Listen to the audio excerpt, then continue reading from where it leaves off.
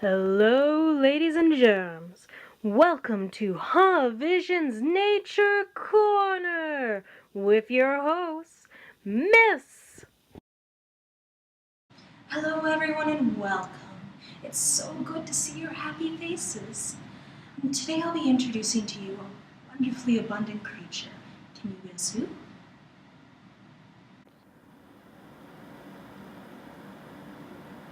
No, none of those. Did anyone think of Swiggles?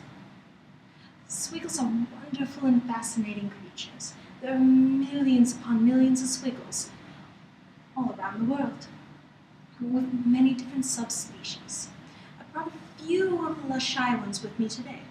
Say hello to Waxy,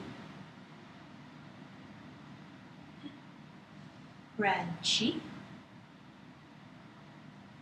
and Clangy, some of our non-host dependent Swiggles. There is also Ling, Deanne, Tootsie, and Clyde, some of our host dependent Swiggles. Now, can anyone tell me what a Swiggle is?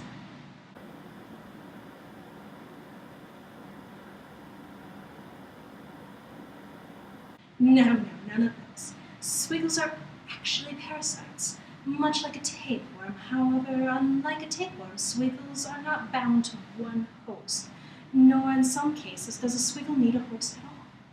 In a majority, though, all a Swiggle needs to survive is a markable surface.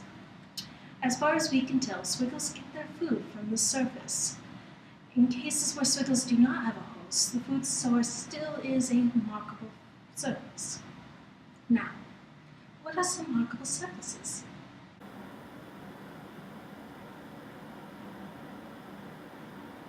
All of those are right. Presently, Swiggles have yet not to be found anywhere on anything. Since ancient times, Swiggles have flourished alongside other animals. They have been found living within an ancient cave painting still today. Any guesses as to why it's a parasite?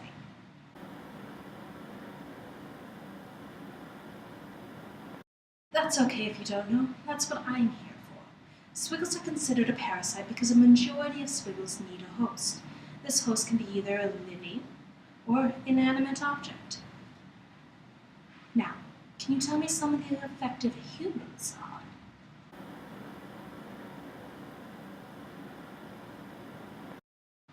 Yes, all of those people can be a host of a Swiggle. The common factor between a Swiggle and its host is not of profession or lifestyle of an individual, it is instead the boredom levels. Excluded from this statement, however, is a very special and unique group. Within this group, both the Swiggle and the host have at times been found to work together. This group, of course, is artists. Swiggles are widespread and greatly varied within this special group. Through studying artists, we have found many answers to some of the questions about the species. Much of the before information has come from these studies. One particular question and observation that is still ongoing is how a Swiggle moves about.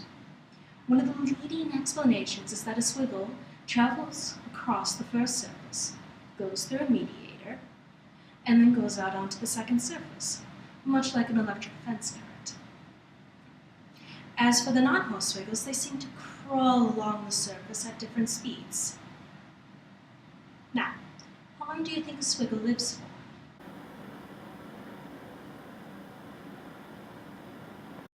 All good answers. It varies between Swiggle to Swiggle. Sometimes entire species have been known to die out. When this happens, it's almost as if they haven't existed at all. We only know about this through written and verbal accounts.